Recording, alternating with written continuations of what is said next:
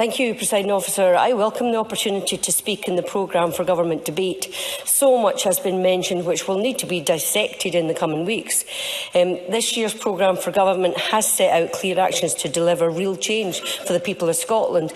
This against the most challenging financial backdrop since our Parliament was reconvened.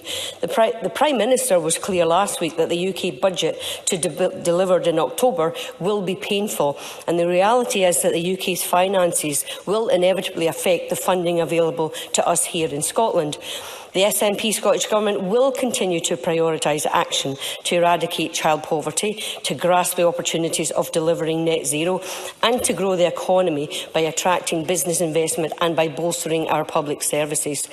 While the Scottish Government will work with the UK Government wherever it can, it will continue to urge the UK Government to drop its impending damaging austerity agenda. Presiding Officer, I'm just going to make 2 points. Number one is Labour's shameless cut to the winter fuel payment, which will hit older people in Dumfries and Galloway and the Borders particularly hard. And the second point is how the PFG will benefit Dumfries and Galloway. Labour's plan to strictly means test the winter fuel payment in England and Wales sees the Scottish Government funding for this new devolved benefit suddenly reduced by £168 million. Devolving a benefit shortly after removing almost its entire budget is disrespectful to everybody involved in shaping the new policy in Scotland. This cut undermines the devolution settlement and ignores the importance of this payment to Scottish households who face harsher winters and higher energy costs. This will hit our pensioners in rural communities like NDNG and the Borders particularly hard.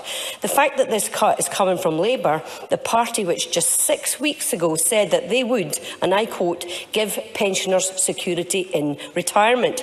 In June, Anna Sarwar said, "Read my lips, no austerity under Labour."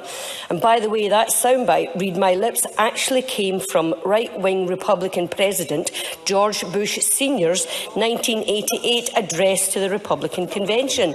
So it's hardly surprising that Anas Sarwar is aligning himself with the right-wing Republican playbook. Labour's decision was made without any consultation with the Scottish Government, undermining the commitments given by Keir Starmer to establish a better working relationship.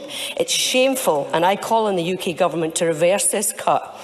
Presiding Officer, I do welcome that the SNP Government has prioritised economic growth, helping businesses, including in D&G, to grow and flourish.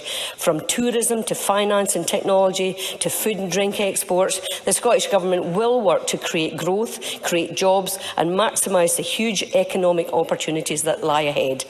I welcome that the First Minister has included programme for government items in terms of innovation, supporting entrepreneurs and AI and digital technology. We know how valuable AI can be in healthcare and remind Chamber that I am still a registered nurse.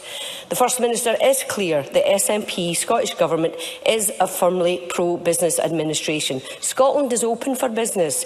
The SNP is acutely aware of the enormous pressures facing businesses across the country and is taking decisive steps to offer support despite limited powers and working within a challenging budget.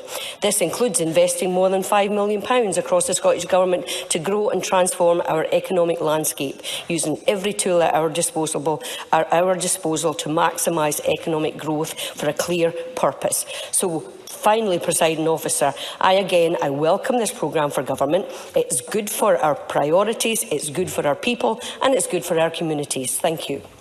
Thank you.